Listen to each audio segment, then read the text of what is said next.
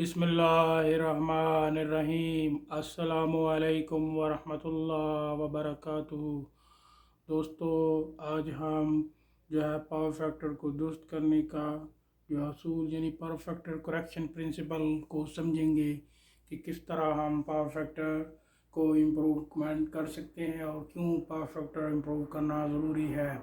इसी तरह दोस्तों, आज हम इसको इस जो है कंप्लीट समझेंगे कि किस तरह हम जो है हमें कितनी केवीआर का पावर फैक्टर जो है बैंक चाहिए, वो भी हम कैलकुलेशन करना सीखेंगे। चलिए दोस्तों, सबसे पहले हम समझते हैं कि पावर फैक्टर एक्चुअली जिन जो सिस्टम में जो हमारे पास जो एक्चुअली जो डिफरेंट लोड्स और डिफरेंट जो है पावर के हिसाब से जो है किस तरह हम पावर फैक्टर को जो है इम्प्रूव कर सकते हैं वो समझेंगे। सबसे पहले हम जो है दोस्तों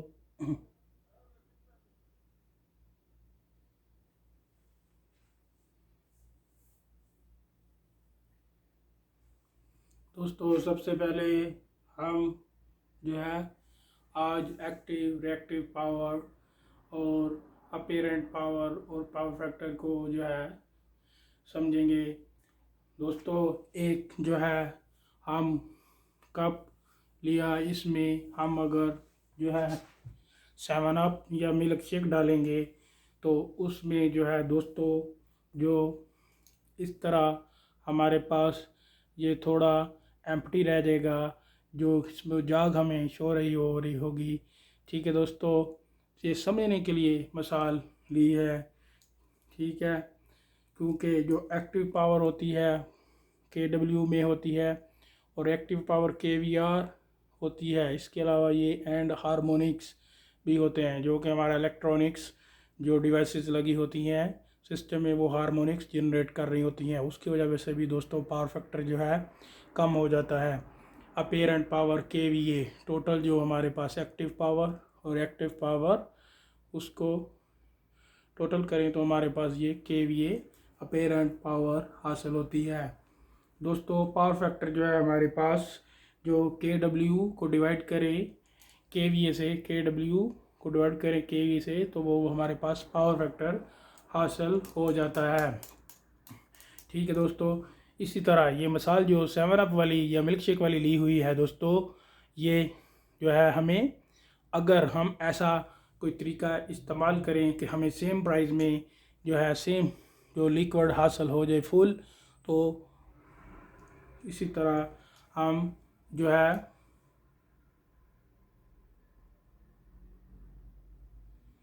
मतलब ये जो जाग वाला है, तो वो जो कप जिसमें जाग है वो कस्टमर के लिए इतना इंटरेस्टिंग नहीं है।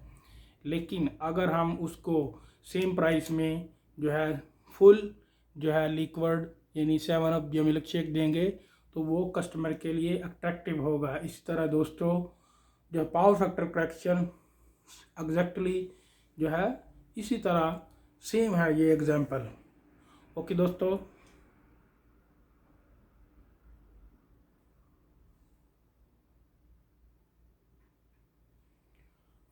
ये definition active power reactive power apparent power की डेफिनेशन क्या है।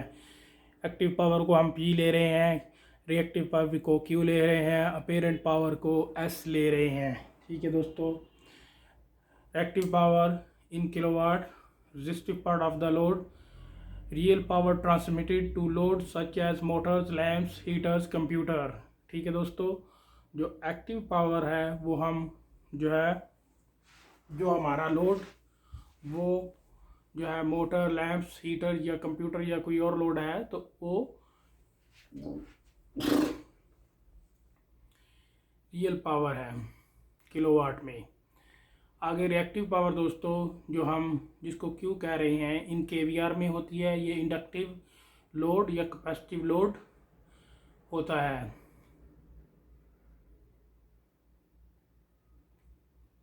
Power used to magnetize the magnetic sector of motors, transformers and capacitors। दोस्तों, जो हमारा मोटर जो है जो इंडक्टिव जो लोड्स और कैपेसिटर लोड जो है उसकी सूरत में हमें ये रिएक्टिव पावर जो है हासिल होती है। Apparent power in KVA basis for the design of all electrical equipment, transformers, cables। जो इलेक्ट्रिकल इक्विपमेंट का डिज़ाइन जो है बेसिकली जो है केवीए में होता है। ठीक है दोस्तों एक्टिव पावर किलोवाट में होती है और ये अमूमन हमारा रेजिस्टिव लोड होता है। रिएक्टिव पावर हमारी केवीआर में होती है और अमूमन इंडक्टिव या कैपेसिटिव लोड होता है। ठीक है दोस्तों, और केवीए जो है हमारे जितने भी इलेक्ट्रिकल इक्विपमेंट उनका बेस डिज़ाइन केवीए में होता है। अपेरेंट पावर केवीए में हम लेते हैं। इस तरह आगे चलते हैं दोस्तों। इसका फार्मूला जो है अपेरेंट पावर यानी S इक्वल जो है हमारे पास एक्टिव पावर स्केयर प्लस जो है रिएक्टिव पावर स्केयर और अंडर रूट हमने लिया हुआ है। ठीक है दोस्तों कि हमारे पास ये S जो है अपेरेंट पावर है और P हमारे पास एक्टिव पावर है और Q हमारे पास दोस्तों रिएक्टिव पावर है। इनको हमने स्केयर लिया और बाद में अंडर रूट, इस तरह ये हमारे पास टोटल केवीए आ जाएंगे। ठीक है दोस्तों, आगे मज़ीद हम समझते हैं कि रेजिस्टिव इंडक्टिव का जो कैपेसिटिव लोड है उसका वोल्टेज और करंट के साथ क्या असर होता है।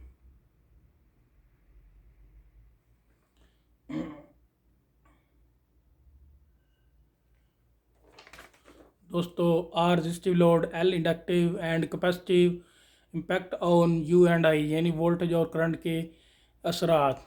लोड रेजिस्टिव इंडक्टिव और कैपेसिटिव लोड के वोल्टेज और करंट पर असरात। रेजिस्टिव लोड होगा तो इस सूरत में आई जो है यानी current in phase with U यानी voltage, current in phase with voltage. इस तरह हमारे पास जब इंडक्टिव लोड होगा तो उस सूरत में I current is lagging compare to U यानी voltage, current is lagging compare to voltage. इसी तरह हमारे पास आगे कैपेसिटिव लोड में जो है दोस्तों I is leading compare to U यानी current is leading compare to voltage. ठीक है दोस्तों, आगे मज़ीद जो है इसमें जो हमारे पास जो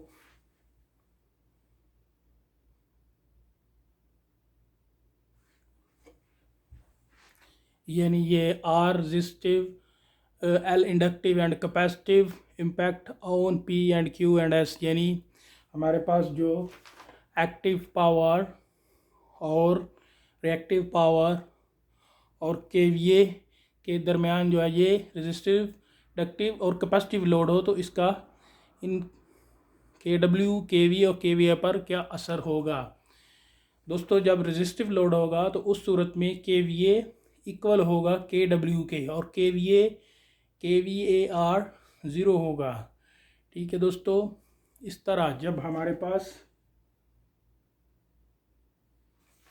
इंडक्टिव लोड्स अवेलेबल है तो उस सूरत में केवीए ग्रेटर दैन केडब्ल्यू और हम यूज़ करेंगे केवीआर एंड केडब्ल्यू जो है केवीए निकालने के लिए। ये फार्मूला है जो active power P square plus जो है रिएक्टिव पावर क्यू स्क्वायर और इन दोनों का अंडरस्कोर, तो हमारे पास ये केवीए हासिल हो जाएंगे।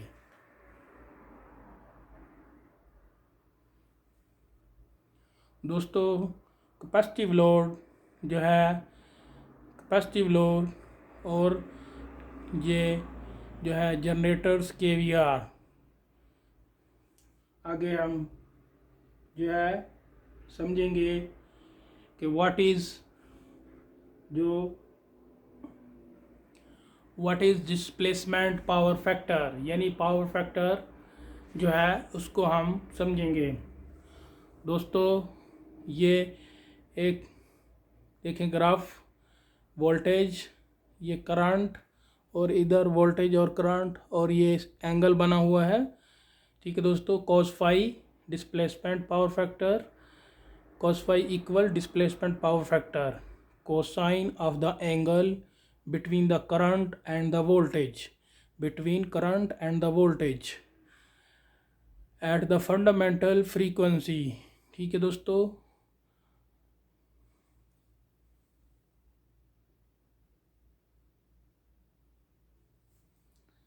it represents the electrical efficiency of the installation। cos phi equal जो है हमारे पास जो हमारी एक्टिव पावर और हमारे पास जो अपेरेंट पावर है उसको जो है डिवाइड करें तो हमारे पास cos phi हासिल होता है 50 हर्ट्ज़ या 60 हर्ट्ज़ पे।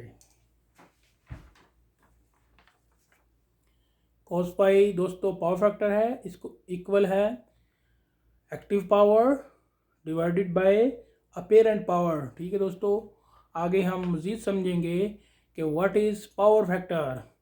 Power factor ratio between active power and apparent power including harmonics. ठीक है दोस्तों,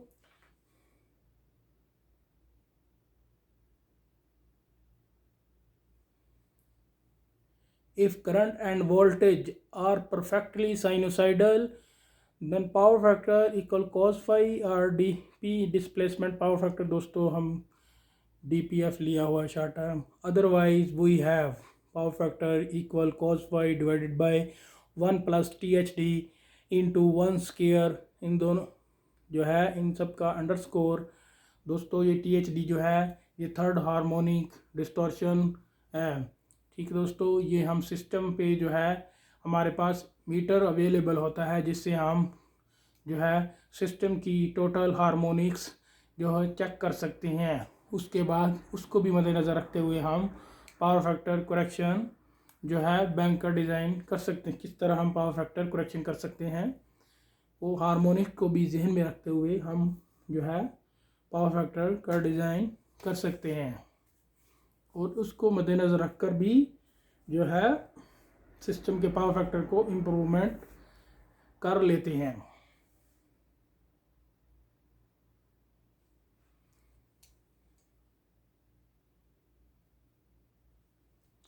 पावर फैक्टर दोस्तों correction use capacitors to generate the KVR use by inductive loads. जो दोस्तों हम कैपेसिटर बैंक्स जो है जो इस्तेमाल करेंगे कि जो हमें केवीआर दें जो हमारा इंडक्टिव लोड चल रहा है। कैपेसिटर यूज़ करके हम जो है केवीआर लेंगे और इंडक्टिव लोड पे। ठीक है दोस्तों, हमारे पास cos phi इक्वल जो है एक्टिव पावर और डिवाइडेड बाय अपेरेंट पावर, ये फार्मूला है और ये ग्राफ बना हुआ है। आगे मज़ीद चलते हैं दोस्तों। व्हाट इज़ गुड और बैड कोसाइन फाई, यानी पावर फैक्टर ये कोसाइन फाई इक्वल P1S1। ये व्हाट इज़ गुड और बैड कोसाइन फाई, यानी ये पावर फैक्टर अच्छा और बुरा कौन सा है। दोस्तों general idea cos phi less than 0.85 is very poor, cos phi less than 85 and greater than 0.9 cos phi जो है less than 0.9 and greater than 0.85 is low. cos phi equal 0.9 is common, cos phi equal जो है 0.92 good, cos phi equal to 0.95 very good.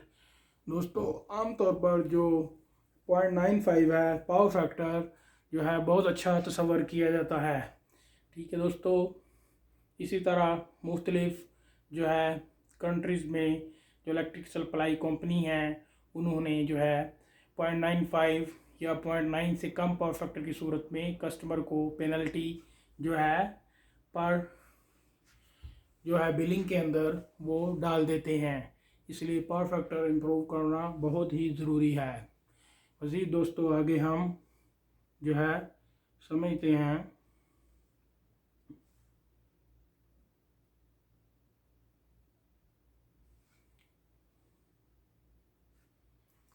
Impact of a low cosine phi. Cosine phi यानी power factor कम हो तो उसके असरात।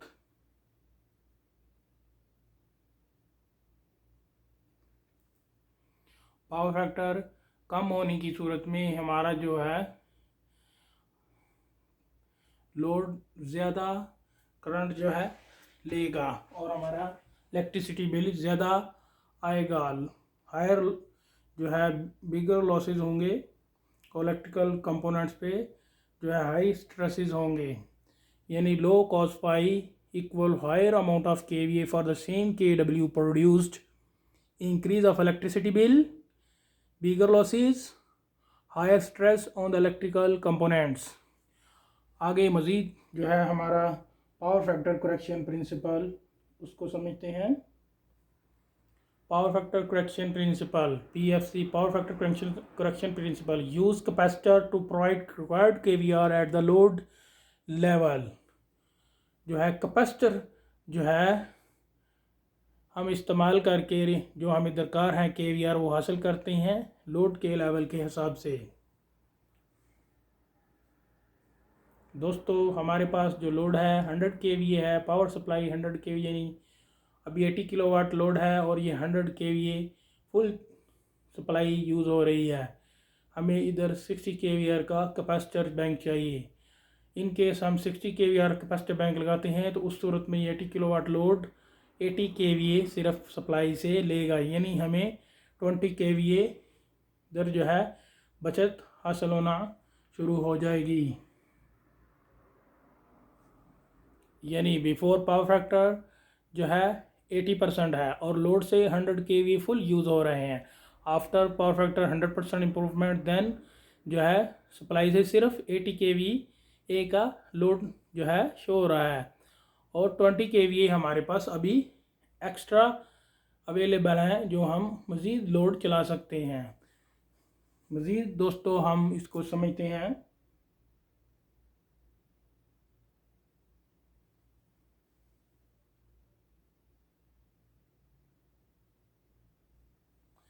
Cosine phi correction solutions यानी power factor correction solutions, capacitor banks LV और MV बैंक्स, फिक्स्ड और automatic, with और without detune reactors, with contactors और स्टैटिक स्विच। इसके अलावा electronic var compensators for fast variation और व्हेन THDU इज़ हाई, यानी जब हमारे पास हार्मोनिक्स बहुत हाई हैं तो उस सूरत में ये इलेक्ट्रॉनिक वार कंपनसेटर्स जो स्पेशल डिज़ाइन है वो इस्तेमाल किए जाते हैं पावर फैक्टर इम्प्रूवमेंट के लिए। दोस्तों आगे हम calculate the reactive power to install, ठीक है, कि जो हम इंस्टॉल करेंगे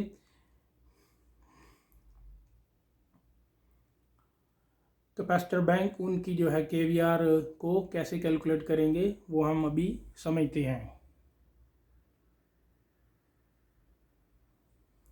दोस्तों हमारे पास ये ग्राफ है, ठीक है दोस्तों, इसमें जो एक्टिव पावर और जो है रिएक्टिव पावर और जो है हमारे पास अपेरेंट पावर, ठीक है दोस्तों, Q जो है C, यानी हम rated power of capacitor banks to reach power target QC equal, यानी QC हमारे पास रिएक्टिव पावर है, equal P into tangent phi B minus tangent phi A, ठीक है दोस्तों। ये KVR में हमारे पास रिएक्टिव पावर और P जो है KW में हमारे पास ये पावर एक्टिव और tangent phi B minus tangent phi A। आगे चलते हैं मज़ीद दोस्तों। यह हमारे पास एक टेबल है KVR कैलकुलेशन का जिसमें हम before compensation reactive power KVR to be installed per KW of load in order to get the required cos phi और टेंजेंट फाई, ठीक है दोस्तों। ये टेबल है, ये इस तरह हम पढ़ते हैं। फ़र्ज़ करें हमारा टेंजेंट फाई 0.33 या हमें जो है रिक्वायर्ड पावर फैक्टर 0.895 है, तो उस सूरत में ये हमारे पास इस तरह टेबल चलता है। और हमारा जो पॉइंट अगर 85 है यानी मौजूदा पावर फैक्टर, तो ये लाइन और ये लाइन आपस में हम इस तरह पढ़ते हैं। ठीक है दोस्तों, ये टेंजेंट फाई जो है बी और टेंजेंट फाई ए। मज़ीद दोस्तों आगे चलते हैं।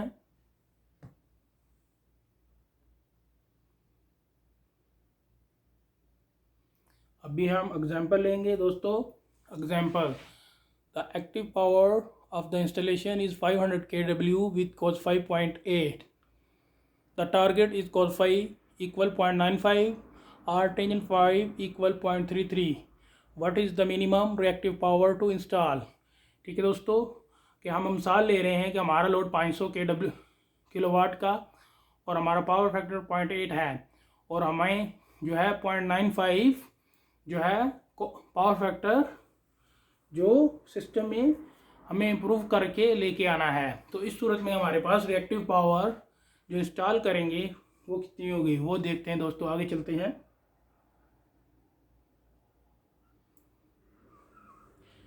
ये KVR कैलकुलेशन टेबल है दोस्तों। इसमें हमें 0.95 जो रिक्वायर्ड है पावर फैक्टर, यानी टेंजेंट 5.33। ठीक है दोस्तों, हमारा जो अभी cos 5 है पावर फैक्टर 0.8 है, तो ये दोस्तों हमारी वैल्यू आ रही है 0.42।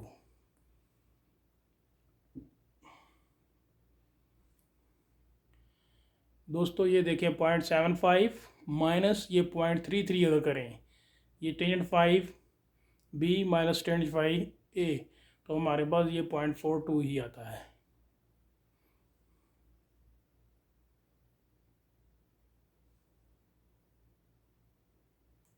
जो एग्जांपल हमने ली थी कि हमारा 500 किलोवाट का लोड है और पावर फैक्टर मौजूदा 0.8 है, तो हमें जो है दरकार 0.95 पावर फैक्टर है, यानी टारगेट जो हमारा।